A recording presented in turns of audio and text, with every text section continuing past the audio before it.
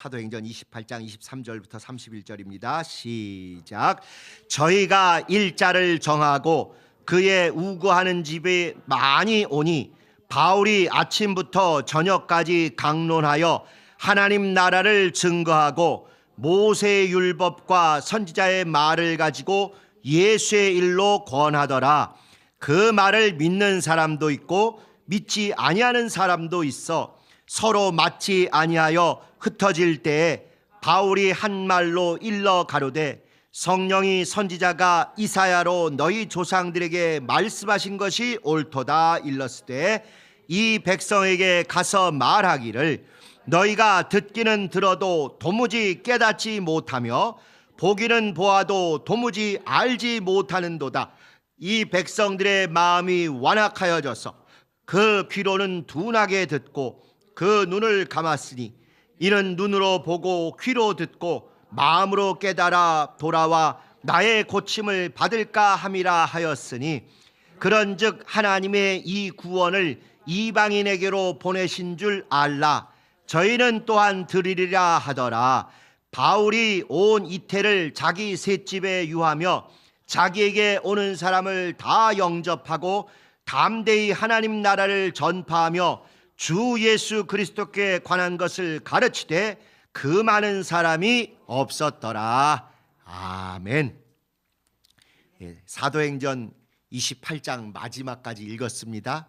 오늘 주보에 보면 오늘 이제 한가족 예배에 범위가 어떻게 나와 있냐면 사도행전 28장 17절부터 29장 99절까지로 나와 있어요. 근데 여러분 책에 29장 있어요, 없어요? 없죠. 그것은 누가 써야 되는 거예요? 우리가 써야 되는 거예요. 우리가.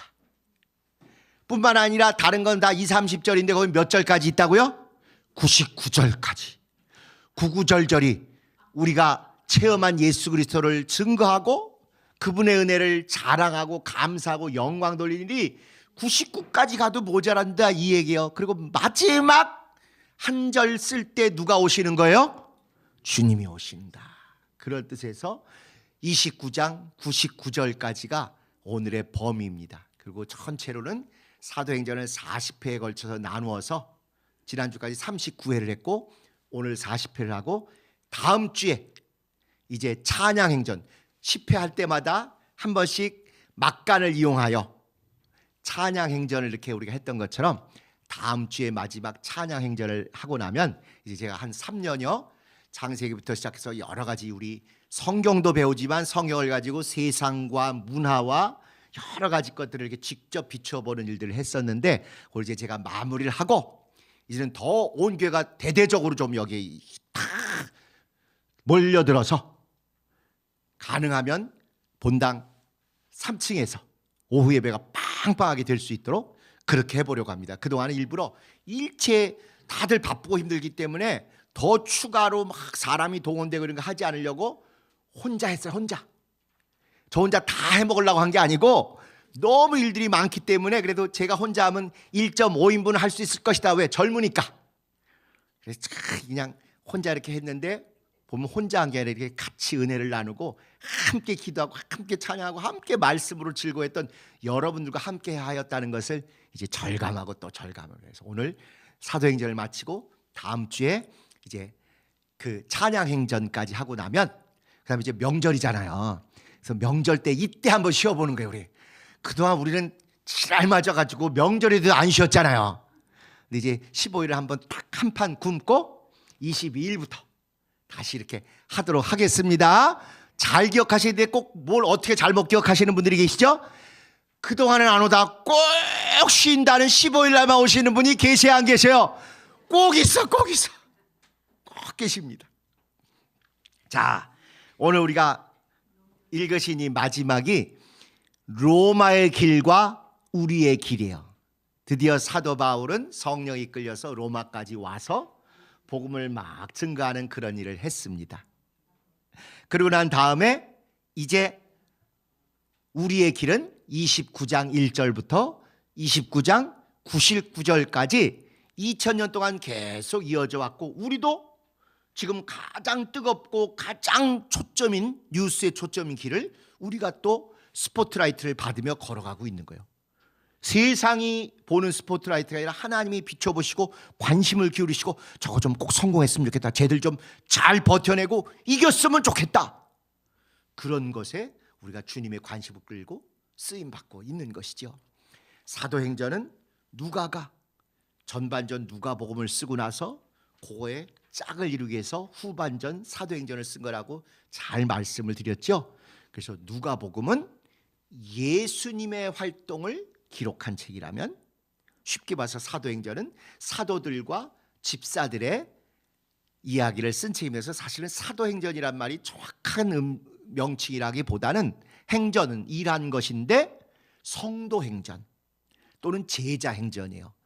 직분은 사도도 있고 집사도 있었지만 이것에 전혀 차별이 없는 걸 얘기했기 때문에 이 둘을 포함하는 개념인 제자행전 또는 성도행전. 또 누가복음은 예수님을 하신 거긴 하지만 거기에 유난히 성령의 역사를 많이 썼어요. 그래서 예수님을 통해서 역사하신 성령의 행전이 누가복음이고, 교회를 통해서 또는 사도와 집사와 성도와 제자를 통해서 역사하신 성령의 역사를 기록한 성령행전이 뭐겠어요? 그게 사도행전이라 하는 것이죠. 그래서 누가복음은 예수님에 대한 얘기, 사도행전은 어떻게 보면 성령에 대한 이야기지만, 이 하나님의 역사를 통합해서 보면 누가복음은 교회의 머리 대신 예수님을 통해서 역사하신 성령의 사역을 기록한 책, 사도행전은 교회의 몸이 된 성도들을 통해서 역사하신 성령의 성령행전, 이렇게 볼 수 있는 것입니다. 그렇기 때문에 아주 치밀하게 꼼꼼하게 잘 맞춰서 쓰기를, 누가복음은 예수님이 탄생하실 때 성전부터 얘기했어요. 누가복음에 보면 침례 요한의 아버지 사가랴가 성전에서부터 활동한 것부터 시작해서 나중에 예수님 승천하고 나서 성전에서 환송하고 쳐다본 그 얘기까지 쓴 다음에 이제 사도행전은 그걸 이어받아 가지고 성전에서 시작해 가지고 로마로 세계로 뻗어나가는 이런 얘기를 쓴 것입니다. 이어달리기 하듯. 그래서 그 바톤을 계속 이어받은 사람들이 이제 우리에게까지 바톤을 전해준 거죠.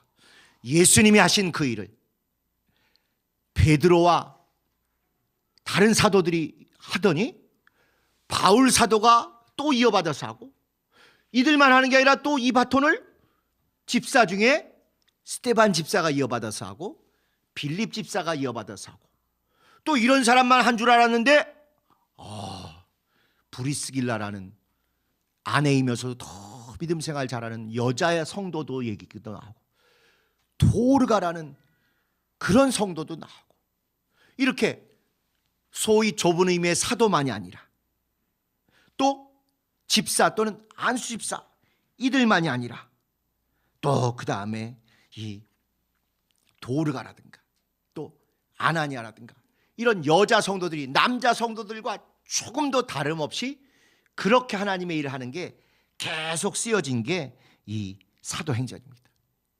자주장사 루디아를 비롯해서 여자 성도들 때문에 얼마나 결정적일 때마다 사도들의 사역이 잘 진행되었는지를 그걸 보여주고 있는 거죠. 그래서 사도행전을 보면 남녀의 구분이 없고, 소위 교역자와 성도의 구분이 없고, 다 하나 돼서 진짜 몸된 교회를 이루고 얼마나 열심을 내는지를 생생하고 구체적으로 다 써놓고 있습니다. 사도행전, 성령행전, 교회행전, 성도행전, 제자행전, 그리고 우리 행전이 되는 거예요. 우리 행전, 우리의 일을 기록한 것이 다 나오게 될 것입니다. 그래서 이 사도 바울은 로마까지 갔지만 우리는 진정한 그 당시는 그들이 땅끝이라면 세계가 어떻게 되는지 모를 때다 보니까 유럽 끝이 땅끝인 줄 알았어요. 그런데 이제 우리는 진짜 지구 땅끝인 아프리카도, 남아메리카도, 심지어 그린란드가 트럼프 아저씨가 다 먹어치우기 전에 복음을 들고라도 우리가 먼저 갈 수 있는 그런 사명이 우리에게 있다는 걸 사도행전을 보면서 마음에 꼭 새기셨으면 좋겠습니다. 자, 그런데 이것을 우리가 막연히 계승만 하는 게 아니라 우리는 재현을 해야 돼. 그대로 계승한다 그러면 다 정신만 생각해. 어떤 정신을 계승한다. 아니요, 귀신도 쫓고 병자들 손도 얻고 진짜 간절하게 죽기 살기를 기도했더니 이적도 나타나고, 이렇게 우린 재현을 해야 됩니다. 계승 정도가 아니라 생생하게 2000년 건너뛰어서 재현을 하게 하는 게, 그게 우리 성락교인들, 특별히 개혁성도들, 우리 모두에게 하나님이 주신 사명이고 끝까지 우리가 감당할 우리의 거룩한 의무입니다. 그것 때문에 우리가 죽을래도 죽지가 않아져요. 그 일을 하셔야 되기 때문에. 사명 있는 자 절대 죽지 않습니다. 주님이 맡기셔서 지금 주님이 관심을 기울이고 하실 일이 있는 자들은 절대로 그 일 마치기까지 데려가지 않으셔요. 그래서 우리가 막연히 건강을 위해서 하나님 의료비 아깝고 병원비 아까우니까 안 아프게 해주세요가 아니라, 아직 우리에게 맡겨주신 사명, 우리가 할 일이 있기 때문에 그 일을 하기까지는 건강 주시고 평안함 주시고 즐거워지게 하시고 생각이 절대 약해지지 않고 젊어지는 그런 생각하게 해주세요. 이게 의미가 있고 응답을 받게 되는 것입니다. 자, 로마의 길과 우리의 길. 내용: 바울이 로마에서 유대인들에게 자신의 복음 안에서의 상황과 입장을 설명하다. 하나님께서 지금까지 날 이렇게 인도해 오셨고 내가 여기 온 것은 겉으로는 재판받으러 온 것 같지만 복음을 로마에도 꼭 전할 거라고 하나님이 그 감동을 주셨기 때문에 난 그래서 왔다. 내가 지금 당하는 것은 시기 질투 때문에도 당하지만 어쨌건 부활을 전하고 예수의 복음을 전하기 위함이다. 이런 얘기를 다 했다는 거예요. 2번, 바울의 말을 들은 유대인들이 우리 같으면 바울의 10분의 1 되는 얘기만 들어도 다 은혜 받고 그럴 텐데 안 들어요. 그래서 그 말을 믿는 자들과 믿지 않는 자들로 또 역시 나뉘어지더라는 거예요. 바울이 능력이 부족해서 그럴까요? 아니겠죠. 우리 읽은 데 보면 이사야가 그렇게 될 거라고 예언을 했어요. 자, 예수님이 복음 전했을 때 다 믿었던가요? 역시 그 앞에서도 홍해가 갈라지듯 그 예수님이 직접 하시는 말씀도 받아들이는 사람이 있는가 하면 그걸 또 시비 걸고 틱틱거리고 안 믿는 사람들이 있잖아요. 특히 고향 사람들이 안 믿었다는 얘기 기억하시죠? 내가 나사렛에서는 다 환영을 받는데 이 선지자가 나사렛에서 자기 난 고향에서는 도무지게 씨알이 안 먹히더라. 오늘 11시 에 또 우리 김익효 목사님 정말 호소하듯 말씀하신 것처럼 인간적인 걸 자꾸 보는 바람에, 심지어 주님한테도 그걸 보는 바람에 그 복음을, 그 진리를, 그 생명을 못 받아들이는 일이 계속 나타나면, 하물며 사도 바울도 나름 진심을 다해서 하지만 역시 받아들이는 사람이 있고 안 받아들이는 사람이 있더라.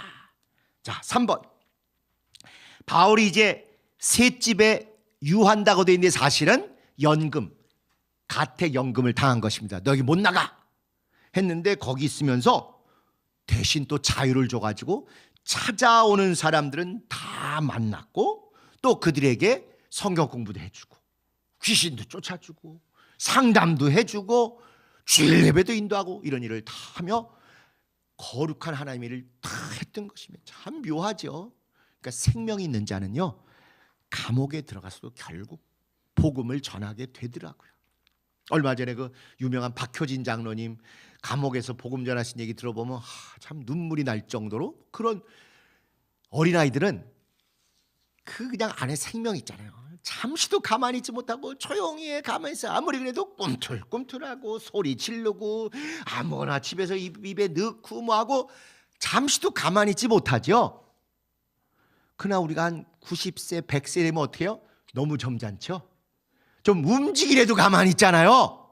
생명이 있으면 가만히 못 있는 겁니다. 생명이 있으면, 성령의 생명이 우리 안에 있으면 나이가 비록 조금 매년 하나씩 더 먹고 이제 앞에 6학년에서 7학년에서 8학년에서 9학년 돼도 그래도 역시 가만히 있을 수 없어서 누구 만나면 임자 예수 믿지? 이 얘기를 한다니까요. 지금 우리나라에서 제일 텔레비 나오는 중에 나이 제일 많으신 분 혹시 기억하시나요?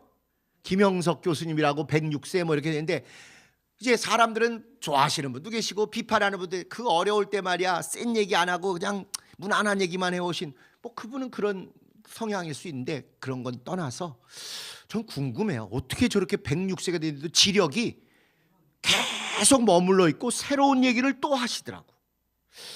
야, 저게 단순히 세포의 문제인가? 아니면 어쨌건 저 정도 되면 뭔가 하나님이 붙드시고 뭔가를 위해서 쓰시는 거 아닐까 그런 생각이 들어요. 아시다시피 그분 어쨌거나 연대 교수하시면서 그냥 신앙은 평생 갖고 계신 분이다 보니까 그런 의미에서 하나님과 끈을 맺고 끝까지 뭔가 할 일을 하나님하고 관계에 있으면 우리가 주님께 가기 직전까지 건강하게 그리고 정신 맑게 몸 건강함보다 지금 더 걱정이 뭡니까?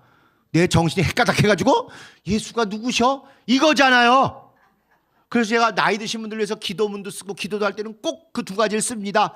맑은 정신과 밝은 눈과 깨끗한 귀를 주셔서 예수 잊지 않게 해주시고 성경이나 뭐든지 이렇게 볼 때 이해되게 해주시고 설교든 찬양이든 들으실 때 끄떡끄떡 할 수 있게 해달라고.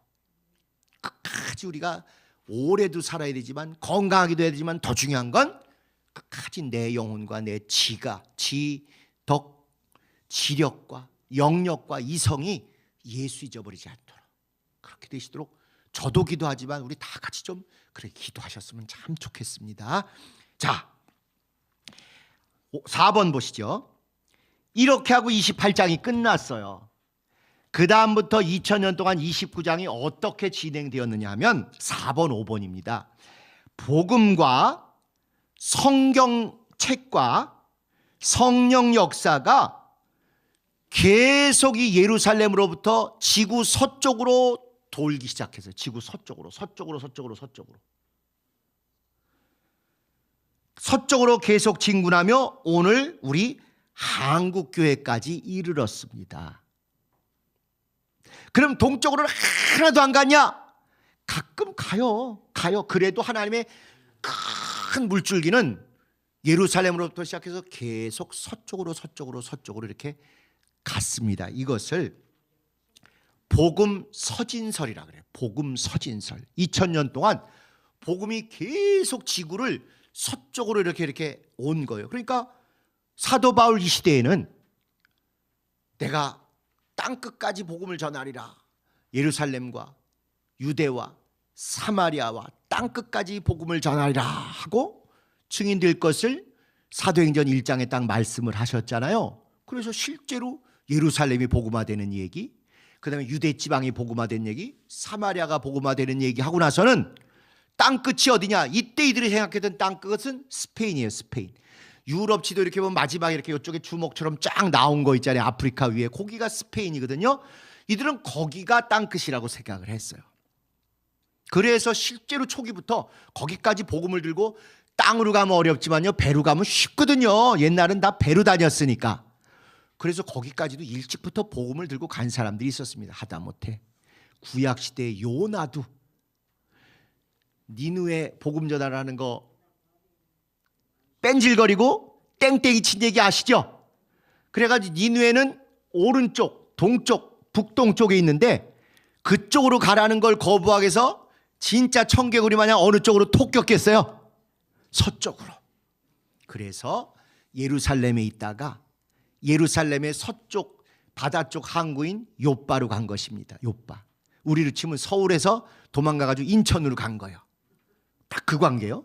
그래서 거기서 배를 타고 또 저 다시스를 거쳐서 땅끝 제일 하나님 눈에 안 띄려고 제일 먼 데로 도망가는데 그게 스페인을 생각하며 그렇게 도망가는 것입니다.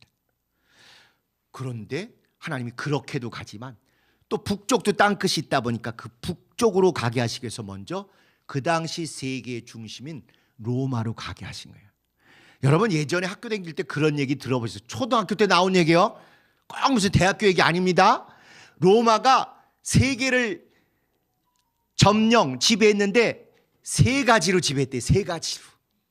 첫 번째는 군대가 가서 점령해서 지배했어요. 그걸 그렇겠죠. 옛날에 다 싸움해서 이겼으니까. 그 다음엔 거기 가서 잘 지배하고 거기 좋은 거 다 빨리빨리 착취에다가 자기네 가져가려고 도로를 깔았어요. 도로를. 그때 로마가 깐 도로가 지금도 있어요. 지금도. 도로로 전 세계를 다 또 지배한 거예요. 그 다음에 또 하나는 법률로 세계를 다 지배했다는 것입니다. 그러니까 겉으로 볼 때는 로마가 세계를 지배하기 좋게 이런 걸 했어요. 일본이 우리나라를 점령한 다음에 우리나라 뽑아먹기 좋게 철도도 깔고 또 항구들도 잘 만들고 공장도 짓고 이래서 더 잘 뽑아먹으려고 했던 거나 제국들은 하는 짓이 똑같아요. 그런데 겉으로 눈에 보이는 건 로마가 그렇게 군대가 가고 도로가 가고 법률이 가고 이렇게 했지만 사도 바울이 그걸 그대로 이용해서 재판 목숨 저 변두리에서 그냥 탁 끊어지지 않고 그 재판 받겠다고 딱 그 법을 이용해서 로마까지 왔죠. 그 도로와 그 항만과 이런 수송로를 통해서 또 다 왔지요. 그리고 그 군대가 이 사도 바울을 보호해가지고 암살당하지 않도록 여기까지 잘 왔습니다.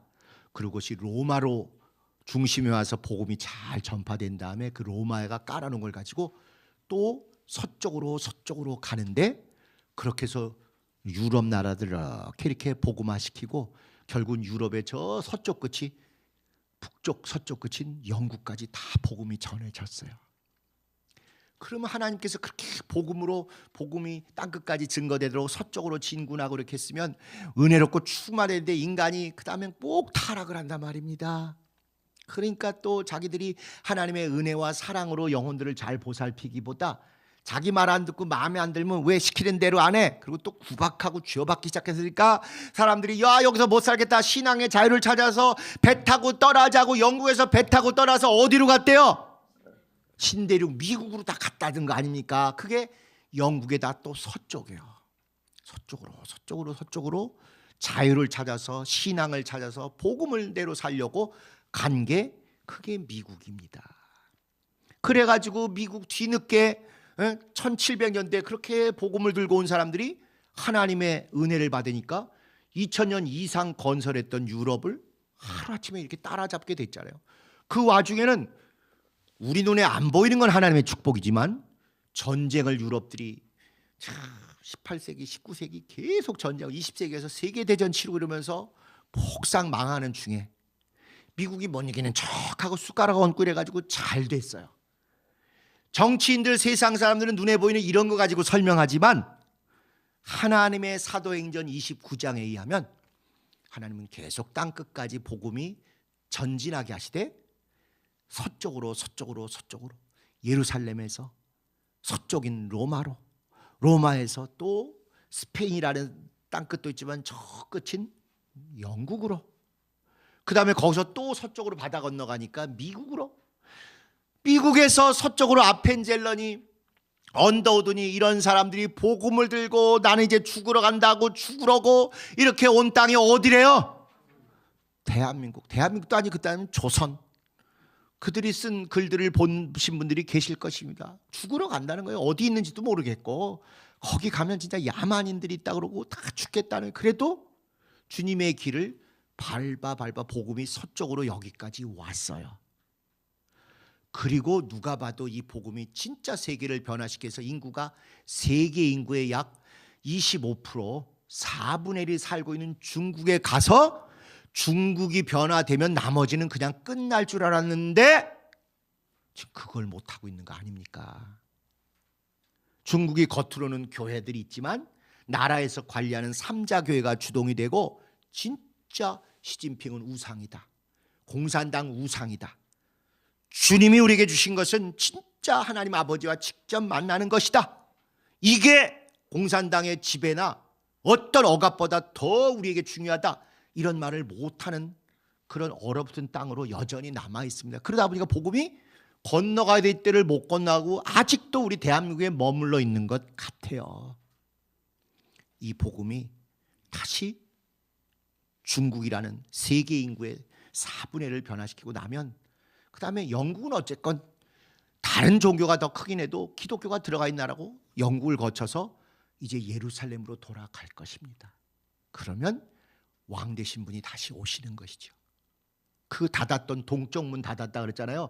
동쪽 문을 닫았으니까 어느 쪽 문으로 가야 되는 거예요? 서쪽 문으로 이렇게 계속 복음이 전파돼 가지고 지구를 한 바퀴 돌아서 이렇게 미국을 거쳐서 대한민국까지 왔고 중국을 가야 되는데 갈까 말까 지금 이러고 있는 상황입니다.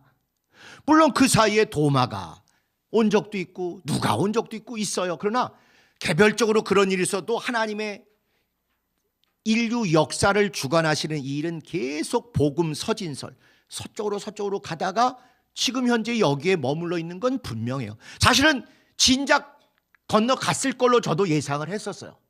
중국의 어마어마한 힘과 변화 때문에 이상하게 우리 생각하고는 달리 딱 멈췄죠.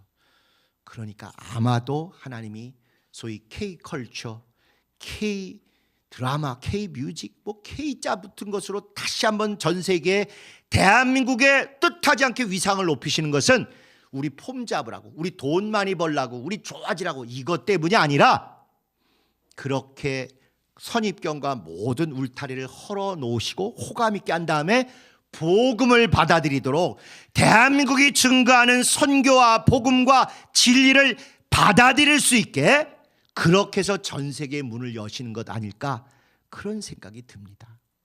여러분 사실은 아프리카도 중남미도 다 유럽의 기독교 선진국들이 복음을 들고 갔어요. 변화시켰어요. 예수 전했어요. 그런데 그들은 군대와 같이 갔어요. 그 나라도 짓밟고 그 나라 사람들도 죽여가며 예수 안 믿으면 죽이고 또 좋은 자원들 다 착취해가지고 자기네들 잘 먹고 잘 사는데 쓰면서 복음도 전했어요. 복음을 전하기 위해서 정말 그들을 존중하고 그들을 위해서 헌신하고 희생하고 이게 아니라 뜯어오면서 겸사겸사 복음도 전했어요. 그 복음을 전하는 선교사들이 그들에게는 거의 신적 존재였어요. 총독이나 이런 사람들과 어울리면서 소중히 목숨을 다하며 헌신하신 선교사들도 물론 많이 계시지만 그래서 그 아프리카나 중남미 나라들의 선입견은 서구 기독교 국가들이 우리에게 복음도 전했지만 우리를 착취했고 우리 제국과 문화들을 다 무너뜨린 나라다 하는 애매모호한 두 가지 감정들이 섞여 있는 것입니다. 금도 다 뽑아가고 다이아몬드도 다 뽑아가고 좋은 광물 다 뽑아가면서 선교사님들이 와서 우리한테 좋은 것도 보여주셨다 이런 정도예요. 그러나 대한민국은 우리가 어느 나라 그런 나라 점령하거나 짓밟거나 착취해 본 적이 유감스럽게도 없는 나라 아닙니까? 굳이 잘못한 거 따진다면 베트남 가서 좀 너무 세게 우리가 싸웠던 거 이런 거 이외에는 사실 그렇게 우리가 다른 나라들에 비해서 나쁜 짓 한 게 별로 없는 것 같아요. 그러다 보니까 그런 2000년 동안 수많은 고통과 억압을 겪었던 나라들이 K 문화 때문에도 그렇고 자기들과 똑같이 식민지를 겪었는데 거기서 떨치고 일어났다는 것에도 호감이 있고 우린 서구 선진국제로 와서 짓밟거나 모독하거나 우쭐하지 않고 진짜 자기들하고 잘 지내려고 한다는 걸 보면서 마음들이 많이 열리는 것 같아요.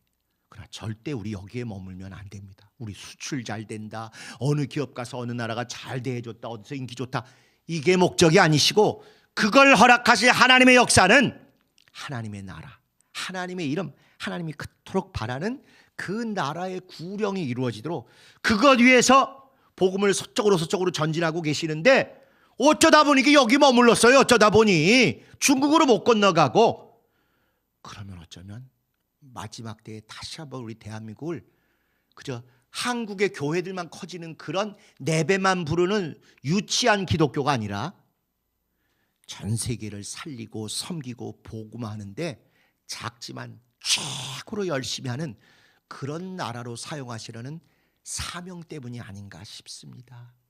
절대 우리 문화, 우리 실력, 우리 돈, 우리 기술, 제품만 좋아서 일이 이루어지지 않습니다. 하나님이 은혜를 베푸셔서 그 나라 사람들의 마음을 미리 녹진 감동하시는 가운데 이렇게 경제나 문화가 잘 간 다음에 거기에 진실한 복음을 들고 가서 섬기고 절대로 군림하거나 교만 떨지 않고 그 나라 사람들 하나님 만나게 잘 도와주는 그런 선교 사역들이 대한민국 교회를 통해서 나타나면 우리 한 번도 세계를 다른 걸로 점령해 본 적이 없지만 하나님의 나라로 점령하는 최고의 나라로 우리가 주님 앞에 설 수 있게 되리라고 확신을 합니다. 그게 2000년간 복음 서진설로 전 세계를 운행해 오시는 하나님의 역사예요. 서쪽으로. 5번, 복음이 세계사의 변방으로부터 중심을 향해 계속 진군하며 세계를 뒤집어 놓는다. 복음 서진설과 짝을 이루는 또 세계 역사를 하나님이 운행하시는 원리가 뭐냐면 변방발전론이에요. 변방발전론. 중심에서 뭐 대단한 게 나올 줄 알았는데 새롭고 엄청난 것일 수 있도록 별 볼 일 없는 줄 알았던 변방에서 뭐가 새로운 게 탁 탄생해서 중심까지 밀고 들어가가지고 그 중심을 뒤집어 엎어놓더라는 것입니다. 중심은 이미 모든 게 다 안정되고 풍요해서 새롭게 머리 쓸 일이 없어요. 다 넉넉해. 근데 변방은 소외당하고 소박맞고 힘들고 모든 게 부족하고 살려고 몸부림치다 보니 죽기 살기로 매달리는 가운데 하나님께 쓰임받고 하나님께 붙들리게 되는 거죠. 그래가지고 변방에서 복음의 불길이 확 일어나서 중심으로 진군해가지고 중심을 뒤집어 놔요. 그러면 그 중심이 또 새로운 변방이 돼가지고 다른 중심을 향해서 진군해서 거기에 철옹성을 구축하고 있던 기존의 문화나 기존의 우상이나 기존의 종교를 들러엎고 예수 그리스도만이 왕이시다, 이런 영광스러운 고백이 터져나오게 그렇게 한 것입니다. 우리는 믿음의 눈으로 보니까 예루살렘이나 가나안 땅이 대단한 것 같지요. 수천 년간 그 일대에서 그 지역은 변방이고 별별 없고 오고 가고 지나가는 제국들이 그냥 꼴밥 하나 딱 때리고 지나가는 별볼 일 없는 땅이에요. 산골짜기고.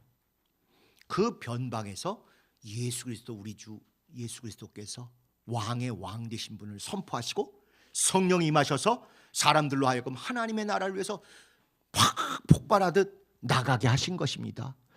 그렇게 변방 변들이 있던 고대 근동 그 유명한 문화들, 수메르 문화, 아수르 문화, 바벨론 문화로는 이들이 엄청난 세계 제국을 이뤘어요. 하다못해 지금 이란도 경제가 좀 무너져서 미국이란 나라한테 꼼짝 못하죠. 저거 전 세계를 지배했던 엄청난 제국입니다.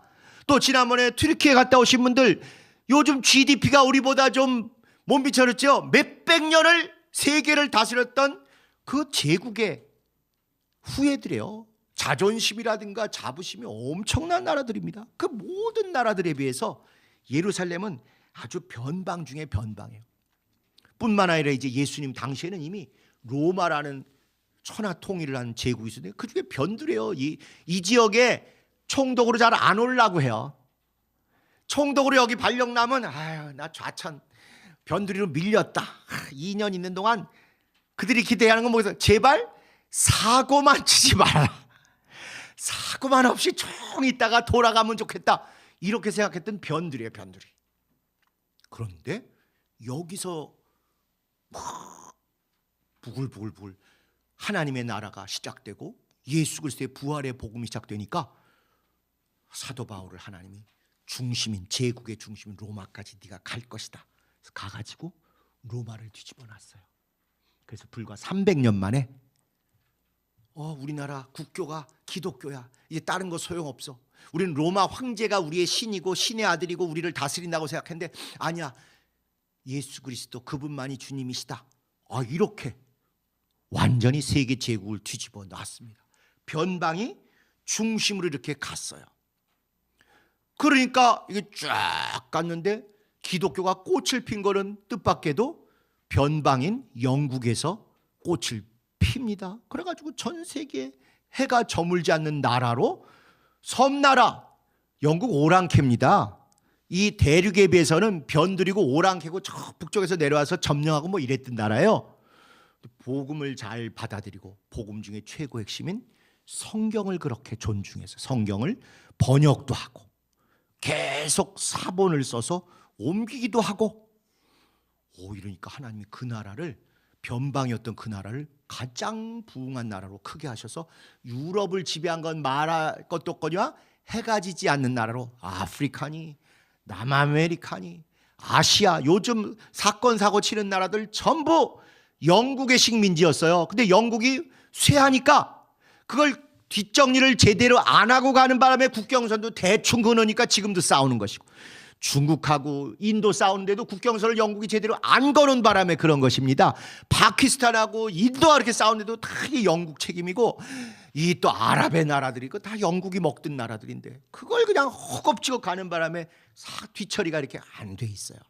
어찌됐거나 그렇게 변방이었던 영국이 전 세계를 지배하면서 복음을 전하고, 특히 성경을 킹 제임스 버전부터 시작해서 번역해가지고 전 세계에 퍼뜨립니다. 근데 그 바톤이 또 변두리였던 미국으로 건너가니까 전 세계에서 선교사를 가장 많이 전파하고 가장 많은 선교비, 구제비 이거를 감당하는 나라가 어느 나라겠어요? 게임이 되지도 않을 정도로 미국입니다. 그러다 보니 요즘 트럼프 아저씨가 열을 받으신 거예요. 우리가 돈은 이렇게 많이 내는데 완전 전 세계 봉이고 호구구나. 우리가 이렇게 많이 내는데 왜 우리를 미워하고 우리를 안 알아주고 우리가 뭐 하자 그러면 다 발목 잡고 그러냐 해서 지금 열을 저렇게 내시는. 그러니까 유엔을 어떻게 하겠대요? 때려치고 새로운 거 만들자 뭐 그런 얘기 들어보셨을 것이요. 유엔 돈 제일 많이 내는데 미국이 뭐 한다 그러면 전 세계가 1인 1표니까 안 돼요 안 돼요 안 돼 해가지고 아무것도 못한다 이렇게 옳고 그르고를 떠나서 이제 이런 생각을 하는 것입니다. 어찌됐거나 변두리 변방이었던 영국에서 또 변두리 변방이었던 미국으로 복음이 전해지니까 그 미국에서 전 세계 가장 많은 선교사 파송, 선교비 파송, 그리고 수많은 성경을 그 원주민 언어로 번역해서 보내주는 그런 일들을 했어요. 그리고 나서 이 서구의 변두리가 아시아 아닙니까? 아시아 중에도 제일 아시아 대륙의 끝자락에 있는 대한민국. 여기 하나님이 전 세계 유례를 볼 수 없을 정도로 복음이 전파되고, 심지어 카톨릭도 우리 들어올 때 교황청에서 가장 대한민국 카톨릭을 존중하는 게 뭐예요? 다른 데는 다 선교사 가서 순교해가지고 카톨릭 교회가 세워졌는데 우리는 자발적으로 국경에 가서 그 카톨릭 교리를 듣고 와가지고 우리끼리 카톨릭 교회를 만든 특별한 나라예요. 그래서 몇십 년 전에 처음으로 교황이 우리나라에 와가지고 성자, 복자를 몇백 명을 이렇게 했던 이유가 뭐냐? 이 나라는 특별하다 이거예요.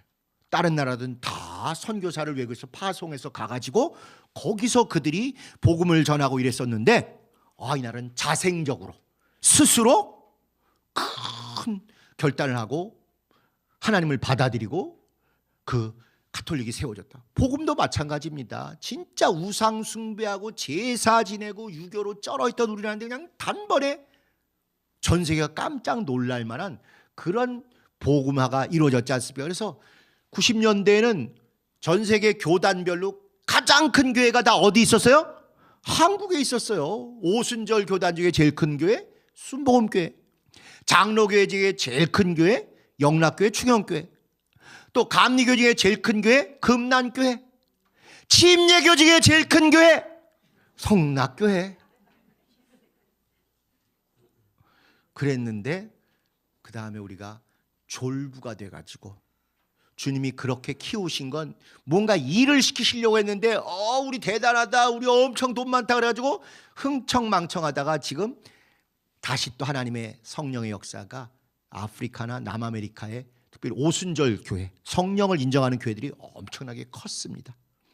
어쨌건 이래가지고 변방에서 변방 발전론, 변방 중에 변방인 예루살렘 가서 로마를 뒤집고, 또 변방 중에 변방인 영국이 유럽 세계와 전 세계를 다 뒤집고, 변방 중에 변방이었던 미국이 전 세계를 호령하고, 그리고 복음이 여기 왔는데 여기서 지금 갈까 말까 어쩔까 말까 지금 이렇게 방향을 못 잡고 있는 거예요.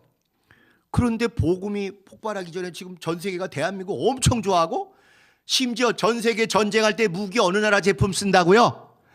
나쁜 나라들은 북한 제품 쓰고 좋은 나라들은 한국 제품 쓰고 달라고 뭐 돈 싸들고 줄 쓴다 이런 얘기 들어보셨을 거예요. 사실 얼마나 비극입니까? 전 세계는요 러시아가 무너진 다음에 이제 지구에 전쟁이 없을 거라고 생각해서 무기 만드는 공장 다 때려쳤어요. 전쟁 없을 거라고 확신해요. 근데 우리나라만 전쟁이 코앞에 있었잖아요. 우리나라만. 베트남도 통일이 되고 독일도 통일이 되고 분단국가 세 나라 중에 우리나라만 통일이 안 되고 매일 으르렁거리고 있었잖아요. 그러니까 우리는 잠시도 쉴 수 없어 세계 최고 품질의 세계 최고의 무기를 세계 최고로 빠르게 만들었다 이거요. 딴 나라들은 평화랍시고 다 그거 없앴는데 러시아가 우크라이나를 쳐들어가서 전쟁하는 거 보니까 뜨거 해가지고 다 놀란 거죠. 전쟁이 이제 코앞이구나. 그래가지고 무기를 살려는데 전 세계 무기 공장이 다 문을 닫은 거예요. 어디만 있어요? 대한민국만. 싼 맛에 살라고 봤더니 성능도 좋아. 성능만 좋다더니 딴 나라들은 그거 들여오려면 3년 기다려야 되는데 우리는 3개월이면 온대. 빨리빨리의 극치죠 우리가. 빨리빨리의 극치. 그래가지고 아이러니컬하게 대한민국이 지금 전 세계 전쟁을 매겨 살리고 있습니다. 이걸 기뻐해야 될지 슬퍼해야 될지 난 모르겠지만 그 모든 것들이 이게 목적이 아니라 변방이었던 우리나라가 전 세계에 쑥 하고 이제 올라갔어요. 이거에 또 졸부처럼 이거에 취해서 살 것인가 아니면 하나님의 나라를 전하고 복음을 전하고 선교를 위해서 변방을 발전시켜서 중심을 흔들고 세계를 깨우는 그 일에 2000년간 해오셨던 구약 때부터 해오셨던 이 일에 드디어 우리가 하나님 손에 제대로 붙들려 가지고 이 일을 갈 것인가 말 것인가 우리 한국 교회에 달려 있습니다.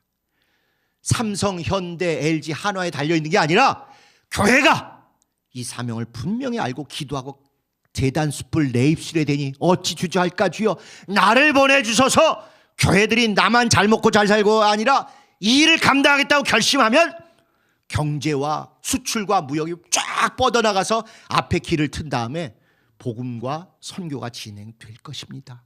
삼성, 대우, 현대, 대우 없었죠. LG, 현대, 한화에 달려있는 게 아니라 교회에 달려있어요. 교회. 그게 하나님께서 인류 역사를 해오신 이 변방 발전론의 실체입니다. 그래서 우리 K방산, K컬처, K소프트 파워, 우리의 매력, 한국인을 좋아하고 한국을 좋아하는 이게 목적이 아니라 그 열린 마음에 복음이 들어갈 수 있도록 우리 한국교회 할 일이 있고 우리 개혁 공동체 할 일이 있는 것입니다. 자, 저장 1번 하나님이 기묘하게 바울을 이끄신 로마의 길 정말 기묘하게 이끄셨죠. 하나님의 방법 앞에 우리는 오직 아멘뿐이다. 우리나라가 전쟁 무기를 세계에서 제일 잘 만들고 제일 싸고 제일 빨리 갖다 줄 수 있는 거 전쟁을 매일 보며 살았던 그 불행 때문이었지만 이게 우리를 가장 강력한 국가로 지킬 수 있었어요. 평화를 지키는 최고의 방법은 당장이라도 전쟁할 각오를 가지고 준비하는 게 평화를 지키는 최고의 비결입니다. 평화하자 평화하자 다 포기하자 절대로 평화 안 오죠. 우크라이나가 평화한다 그러고 그 러시아의 무기 다 주고 핵무기 다 주니까 하루아침에 저렇게 짓밟히는 거 봤지 않습니까? 평화를 위해서는 당장이라도 나는 목숨 걸고 전쟁하겠다 정도의 각오가 있어야 평화가 유지된다는 거 인류 역사의 최고의 교훈입니다. 자, 그 다음에 2번 하나님이 역사 속에 써오신 선교의 길 하나님의 방법 앞에 오직 영광 돌릴 뿐이다. 그래서요 성경의 66권 책들도 유행을 타는데 20세기에 가장 각광을 받은 책이 바로 이 사도행전입니다. 왜냐하면 20세기 딱 시작했을 때 1901년에 미국에서 전 세계가 깜짝 놀랄 만큼 성령 충만한 성령의 크신 역사가 LA로부터 시작돼서 미국을 휩쓸고 전 세계로 전파됐어요. 그래서 20세기는 오순절의 시대예요. 그동안 그냥 개별교회적으로 어떤 교회에 성령 충만하고 방언하고 귀신 쫓고 신유하고 이런 건 있었지만 전 세계가 2000년 전에 끝난 줄 알았던 성령의 역사가 지금도 동일하게 역사하신다 이걸 깨닫게 된 거는 1901년에 LA에서부터 시작돼가지고 전 세계를 휩쓴 오순절 운동입니다. 이러다 보니까 이것이 가장 잘 나온 책이 어디예요? 사도행전이에요. 그래서 20세기 이 지난 1900년대 그리고 오늘 이르기까지 사도행전이 가장 교회들의 사명과 현재 모습을 보여주는 책이고 특히 우리 개혁 성도들에게는 가장 우리가 가까이 해야 될 그런 책입니다. 안타깝게도 제가 강의 중에 수십 년간 우리 강대상에서 잘못 선포되고 틀렸던 많은 것들을 틀렸다고 얘기하고 교정했습니다마는 아직도 우리가 더 사도행전을 진짜 뜨겁게, 다들 저 찜질방들은 좋아하시죠? 우리 대한민국 사람들 찜질방보다 더 뜨겁게 사도행전을 좀 뜨겁게 체험하고 달려나가야 되는 우리의 책입니다. 우리의 책. 자, 3번. 하나님이 우리에게 기대하시는 우리의 길, 하나님의 방법 앞에 오직 헌신뿐이다. 가겠나이다. 제단 숯불 내 입술에 대니 어찌 주저하겠나이까. 나를 보내소서. 하나님, 저 7학년이에요. 어쩌라고? 12학년까지 지켜주면 될 거 아니냐 이러신다니까요. 7학년이라도 가라 하시는 소리 들리면 기꺼이 가겠다고 해보세요. 12학년까지 건강 책임져 주십니다. 여러분이 노력해서 될 일은 아닌 것 같아요. 사명이 있는 자 결코 늙지 않고, 사명 있는 자 결코 눕지 않고, 사명 있는 자 결코 죽지 않습니다. 자, 이제 우리 교회는 개혁행전은 복음 전파 앞에 둘로 확 갈라지는 사람들의 반응을 오히려 당연하게 생각한다.